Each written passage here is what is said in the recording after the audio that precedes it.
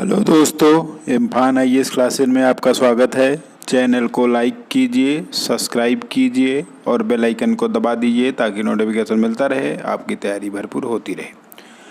आज हम लोग इस वीडियो में दांडी मार्च या सविनय अवज्ञा आंदोलन या नमक कानून, कई नाम हैं इसके, तो आज हम लोग इस वीडियो में पढ़ने का प्रयास करेंगे, जो कि 12 मार्च 1930 से 6 अप्रैल 1930 तक चला था। इसके पहले हमने स्वराज, पूर्ण स्वराज, जो लाहौर अधिवेशन हुआ था पंडित नेहरू जी की अध्यक्षता में, पंडित जवाहरलाल नेहरू जी की अध्यक्षता में जो लाहौर अधिवेशन हुआ था, तो उसके पहले 1928 में जो नेहरू रिपोर्ट आई थी, उस पर अंग्रेज़ सरकार ने कोई कार्यवाही नहीं की। जो भी उसमें मांग की गई थी, जो भी रिपोर्ट प्रस्तुत की गई थी, क्योंकि आपको मालूम है कि लॉर्ड बर्कनहेड जो कि भारत सचिव थे, उन्होंने भारतीयों को एक ऐसा संविधान तैयार करने के लिए कहा था जो सभी दलों को मान्य हो। तो उसके पश्चात पंडित मोतीलाल नेहरू की अध्यक्षता में एक समिति बनी थी, उसने अपनी रिपोर्ट दी थी, लेकिन उस रिपोर्ट पर कोई कार्रवाई नहीं हुई। उसके बाद लाहौर अधिवेशन में पूर्ण स्वराज का प्रस्ताव पारित किया गया। तो उस समय नेहरू रिपोर्ट एक कारण था, दूसरा देश में आर्थिक स्थितियां भी बहुत ख़राब हो चुकी थी। तो उनके पश्चात गांधी जी ने निर्णय लिया कि अब हमें दांडी मार्च या सविनय अवज्ञा आंदोलन प्रारंभ करना है। तो गांधी जी ने जो 12 मार्च 1930 को 6 अप्रैल 1930 तक चला था, तो 12 मार्च को साबरमती, अहमदाबाद से उन्होंने इस यात्रा को प्रारंभ किया था। अपने 78 अनुयायियों के साथ 240 मील की दूरी तय की थी, पैदल मार्च था। तो उसके पश्चात समुद्र के किनारे उन्होंने नमक कानून को तोड़ा था और भारत में दांडी मार्च को प्रारंभ किया गया था। तो ये कहीं न कहीं एक खाका हमने बताया, और इस पे क्या हुआ कि पूरे देश में विभिन्न स्थानों पर आंदोलन भी हुए, गांधी जी को गिरफ्तार भी किया गया। तो आज हम लोग इसी वीडियो में दांडी मार्च, जो कि 12 मार्च 1930 से 6 अप्रैल 1930 तक, गांधी जी 6 अप्रैल को पहुंचे थे दांडी समुद्र के किनारे। तो इस टॉपिक से संबंधित जितने भी क्वेश्चन एग्ज़ाम में आए हुए आज हम लोग पढ़ने का प्रयास करेंगे। तो चलिए प्रारंभ करते हैं। तो पहला पॉइंट है कि सविनय अवज्ञा आंदोलन के रूप में गांधी जी ने दांडी मार्च का प्रारंभ कब किया था। ऑप्शन में है 12 मार्च 1930, 12 अप्रैल 1929, 12 मार्च 1932 या 12 मार्च 1931। तो इसका सही आंसर है 12 मार्च 1930 को गांधी जी ने दांडी मार्च प्रारंभ किया था। नेक्स्ट क्वेश्चन है कि गांधी जी ने अपनी दांडी मार्च 12 मार्च 1930 को कहाँ से प्रारंभ किया था। तो ऑप्शन में अहमदाबाद, सूरत, बड़ौदा, बेंगलुरु। तो हमने आपको बताया कि अहमदाबाद में साबरमती से इन्होंने इसको प्रारंभ किया था। नेक्स्ट क्वेश्चन है कि दांडी मार्च के समय कौन पत्रकार महात्मा गांधी जी के साथ था। ऑप्शन में है web Miller, Kane Williamson, James pattern या माइकल मिलर।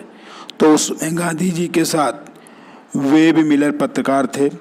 उन्होंने दांडी के कई स्थानों पर, मतलब भारत के कई स्थानों पर पत्रकारिता किया था और कई स्थानों का उन्होंने जिक्र भी किया था अपने पत्रकारिता में। धरसाड़ा में उन्होंने जो सरोजिनी नायडू जी जहां आंदोलन कर रही थी, उसका भी उन्होंने वर्णन किया है। तो ये गांधी जी के साथ उस समय थे दांडी मार्च के समय। नेक्स्ट क्वेश्चन है कि गांधी जी ने अपनी दांडी मार्च गुजरात के किस जिले से प्रारंभ की थी। तो ऑप्शन में है नवसारी, भुज, कच्छ या बड़ौदा। तो वो जिला था नवसारी। तो इसका सही आंसर है नवसारी जिला। नेक्स्ट क्वेश्चन है कि महात्मा गांधी के ऐतिहासिक दांडी मार्च का निम्न में से क्या संबंध है। तो ऑप्शन में है नेहरू रिपोर्ट के संबंध में, नमक कानून को तोड़ने के संबंध में, हिंदू मुस्लिम एकता के संबंध में या पूर्ण स्वराज के संबंध में। तो हमने आपको बताया कि दांडी मार्च का संबंध जो है वो नमक कानून को तोड़ने के संबंध में था, क्योंकि गांधी जी दांडी, जहाँ पर समुद्र है, उसके किनारे उन्होंने नमक कानून को तोड़ा था। उसके पश्चात ये दांडी मार्च प्रारंभ हुआ था। नमक आंदोलन के समय गांधी जी को गिरफ्तार किया गया, तत्पश्चात आंदोलन की कमान किसने संभाली? ऑप्शन में है अब्बास तैयब जी, सरदार वल्लभ भाई पटेल, मौलाना अबुल कलाम आज़ाद या गोविंद बल्लभ पंत। तो गांधी जी को गिरफ्तार कर लिया गया और यरवदा जेल में डाला गया था। तो गांधी जी को जैसे ही गिरफ्तार किया गया, इसकी कमान जो है उस समय अब्बास तैयब जी ने संभाल ली थी। तो इसका सही आंसर है अब्बास तैयब जी। नेक्स्ट क्वेश्चन है कि दांडी मार्च के समय कुर्ती आंदोलन, रेड मूवमेंट किसने प्रारंभ किया था? ऑप्शन में है अब्दुल गफ्फार खान, महात्मा गांधी, सरदार वल्लभ भाई पटेल, सी.आर. दास। तो सही आंसर है अब्दुल गफ्फार खान। उन्होंने उत्तर पश्चिमी सीमांत प्रांत खैबर पख्तून कहा जाता है वहाँ स्थान पर पठान कबीलाइयों के हक के लिए और औपनिवेशिक सत्ता के विरुद्ध उन्होंने यह आंदोलन चलाया था। उनको सीमांत गांधी भी कहा जाता है। खुदाई खिदमतार नामक संगठन की भी उन्होंने स्थापना की थी। आगे सब क्वेश्चन में आएगा। नेक्स्ट क्वेश्चन है कि निम्नलिखित में से गांधी जी का किस आंदोलन में कथन था कि घुटने टेक कर मैंने रोटी मांगी थी लेकिन बदले में मुझे पत्थर मिला? ऑप्शन में है दांडी मार्च, असहयोग आंदोलन, चंपारण सत्याग्रह या खिलाफत आंदोलन। तो यह कथन गांधी जी का दांडी मार्च के समय था, जिसको उन्होंने 12 मार्च 1930 को प्रारंभ किया था। तो गांधी जी ने इसी आंदोलन में इस स्टेटमेंट को दिया था। नेक्स्ट क्वेश्चन है कि गांधी जी के किस अधिवेशन में सविनय अवज्ञा आंदोलन प्रारंभ करने के लिए अधिकार दिया गया था? ऑप्शन में है लाहौर अधिवेशन 1929, कलकत्ता अधिवेशन 1928, कराची अधिवेशन 1931 और मुंबई अधिवेशन 1934। तो हमने जो पिछले वीडियो में आपको पूर्ण स्वराज या लाहौर अधिवेशन पढ़ाया था, तो उसमें बताया था कि लाहौर अधिवेशन 1929 में ही सविनय अवज्ञा प्रारंभ करने का गांधी जी को अधिकार दिया गया था। तो इसका सही आंसर लाहौर अधिवेशन 1929 है। अब देखिए, मैंने पीछे चर्चा किया कि खुदाई खिदमतार नामक संगठन की स्थापना किसने की थी? ऑप्शन में है मौलाना अबुल कलाम आज़ाद, सरदार वल्लभ भाई पटेल, अब्दुल गफ्फार खान या जवाहरलाल नेहरू। तो इसकी स्थापना अब्दुल गफ्फार खान ने किया था। ये सीमांत गांधी भी कहे जाते थे। ये भी क्वेश्चन कई बार पूछा गया है। आधुनिक भारत के इतिहास में फ्रंटियर गांधी या सीमांत गांधी के नाम से कौन प्रसिद्ध था? तो ऑप्शन में है अब्बास तैयब जी, अब्दुल गफ्फार खान, सी.आर. गोपालाचारी या सी.आर. दास। तो इसका सही आंसर है दूसरा वाला, अर्थात अब्दुल गफ्फार खान को भारतीय आधुनिक इतिहास में फ्रंटियर गांधी या सीमांत गांधी के नाम से जाना जाता है। नेक्स्ट क्वेश्चन है कि दांडी मार्च के संबंध में निम्नलिखित में से कौन सा कथन सही नहीं है? तो पहला है कि 12 मार्च 1930 को गांधी जी अपने 78 अनुयायियों के साथ दांडी मार्च के लिए निकले थे। दूसरा है कि दांडी मार्च के समय गांधी जी को यरवदा जेल में बंद किया गया था। जब आंदोलन प्रारंभ हुआ तो उनको यरवदा जेल में डाल दिया गया। तीसरा है गांधी जी का यह मार्च पैदल ही 241 मील की दूरी पर समुद्र किनारे गाँव तक था। कहीं कहीं 240 मील के दिया है, कहीं 241 मील दिया है। तो ये नियर अबाउट सही है। और चौथा है कि समुद्र किनारे पहुंच के गांधी जी ने सर्वप्रथम नमक बनाया था। तो ये गलत है, क्योंकि नमक बनाया नहीं था, गांधी जी ने यहाँ पे नमक कानून को तोड़ा था। नेक्स्ट क्वेश्चन है कि गांधी जी ने अपनी दांडी यात्रा कहाँ से प्रारंभ की थी? ऑप्शन में है दांडी, साबरमती, बड़ौदा या सूरत। तो गांधी जी ने अपने 78 अनुयायियों के साथ साबरमती से इस यात्रा की शुरुआत 12 मार्च 1930 को किया था। नेक्स्ट क्वेश्चन है कि दांडी मार्च के संबंध में निम्नलिखित में से कौन सा कथन सत्य है? ऑप्शन में है तमिलनाडु में सी राजगोपालाचारी ने दांडी जैसा ही मार्च तिरुचिरापल्ली से वेदारण्य तक किया। ये IAS में क्वेश्चन पूछा गया था। गुजरात के धरसाना में दांडी मार्च का नेतृत्व सरोजिनी नायडू ने किया। ये भी सही है। मालाबार में के कलप्पन ने कालीकट से पोयानूर तक नमक यात्रा की। ये भी सही है। और चौथा है कि नमक कानून के उल्लंघन में 14 अप्रैल को सरदार वल्लभ भाई पटेल को गिरफ्तार किया गया। तो ये गलत है, क्योंकि नमक कानून के उल्लंघन में 14 अप्रैल को सरदार वल्लभ भाई पटेल को नहीं, पंडित जवाहरलाल नेहरू को गिरफ्तार किया गया था। तो इसका सही आंसर चौथा वाला है, अर्थात यही कथन असत्य है। यहाँ थोड़ा करेक्शन कर लीजिए, यहाँ सत्य लिखा है तो ये असत्य है। कौन सा कथन असत्य है? तो ये वाला कथन असत्य है, बाकी तीनों सही है। नेक्स्ट क्वेश्चन है कि गुजरात के धरसाना में पुलिस द्वारा किए गए बर्बरतापूर्ण कार्यवाही को किस पत्रकार ने अत्यंत भयानक बताया था? ऑप्शन में है वेब मिलर, रॉबर्ट ब्राउन या सीवाक। तो इसका सही आंसर है वेब मिलर। ये गांधी जी के साथ भी रहते थे, लेकिन वो गुजरात के धरसाना में उस समय थे। वहाँ पर अंग्रेज़ों जो पुलिसकर्मी थे उनके द्वारा बहुत ही बर्बरतापूर्वक लोगों को मारा गया था, लाठी की मूठ से मारा गया था। तो काफ़ी मतलब चोटें आई थी गांधी जी के साथ उस समय। सरोजिनी नायडू के साथ उस समय गांधी जी के पुत्र भी थे, इमाम साहब भी थे। तो उस समय इतनी बर्बरतापूर्वक लाठीचार्ज की गई थी, जिसको ही वेब मिलर ने अत्यंत भयानक बताया था गुजरात के धरसाना में। नमक आंदोलन के विरोध में 21 मई 1929 को सरोजिनी नायडू के साथ निम्न में कौन था? तो 21 मई 1929 को उसमें इमाम साहब और मणिलाल जो कि गांधी जी के पुत्र थे, वो दोनों साथ थे। कनिंघम सर्कुलर के विरोध में छात्रों के नेतृत्व में एक शक्तिशाली आंदोलन कहाँ चला गया? तो ऑप्शन में है असम, गुजरात, राजस्थान या कर्नाटक। तो इसका सही आंसर है असम में।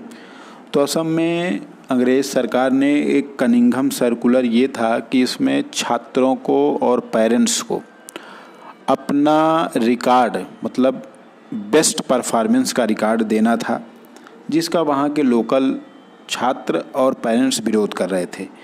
तो इसी सर्कुलर को कनिंघम सर्कुलर के नाम से जाना जाता था। तो ये असम में इसका विरोध हुआ था। नेक्स्ट क्वेश्चन है कि नागालैंड में दांडी मार्च के आंदोलन के समय नेतृत्व किसने प्रदान किया? ऑप्शन में है रानी गाइडिनेलू, रानी नागा महंतकर या स्वर्णला लक्ष्मी। तो ये सही आंसर है रानी गाइडिनेलू। तो इन्होंने नागालैंड और मणिपुर में इस समय नेतृत्व प्रदान किया था। नेक्स्ट क्वेश्चन है कि 1930 में दांडी मार्च के समय पेशावर में राजनीतिक चेतना का प्रसार किया। ऑप्शन में है अब्दुल गफ्फार खां, सी राजगोपालाचारी, सी आर दास या मोहम्मद मकबूल। तो ये किया था अब्दुल गफ्फार खां ने, जिसे सीमांत गांधी के भी नाम से जाना जाता है। नेक्स्ट क्वेश्चन है कि निम्नलिखित में से किसने गांधी जी के गीत दांडी मार्च की तुलना नेपोलियन के पेरिस मार्च से की थी? ये बहुत इंपॉर्टेंट क्वेश्चन है। ऑप्शन में है सुभाष चंद्र बोस, जवाहरलाल नेहरू, सरदार वल्लभ भाई पटेल या सी आर दास। तो इसका सही आंसर है सुभाष चंद्र बोस। सुभाष चंद्र बोस ने उसमें गांधी जी के इस दांडी मार्च की तुलना नेपोलियन के पेरिस मार्च से की थी और मुसोलिनी के रोम मार्च से, मतलब नेपोलियन के पेरिस मार्च और मुसोलिनी के रोम मार्च से उन्होंने तुलना की थी। नेक्स्ट क्वेश्चन है कि सविनय अवज्ञा आंदोलन से संबंधित निम्नलिखित कथनों पर विचार करना है। पहला है कि गांधी इरविन समझौते के अंतर्गत सरकार ने उन सभी राजनीतिक कैदियों जो हिंसा के लिए उत्तरदायी नहीं थे मुक्त करने का आश्वासन दिया। दूसरा है गांधी इरविन समझौता के अंतर्गत कांग्रेस ने सविनय अवज्ञा आंदोलन स्थगित करने का आश्वासन दिया।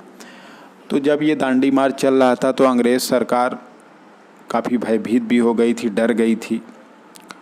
तो उसके पश्चात अंग्रेज़ सरकार ने एक प्रस्ताव दिया कि गांधी जी और इरविन, उस समय के वायसराय थे लॉर्ड इरविन, तो उन्होंने, चूँकि गांधी जी जब ये आंदोलन शुरू किए थे तो उसके पहले उन्होंने एक 11 सूत्री मांगों की एक लिस्ट उन्होंने इरविन को दिया था, लेकिन जब उस पर कोई कार्रवाई नहीं हुई तो तत्पश्चात गांधी जी ने इस आंदोलन को प्रारंभ किया था।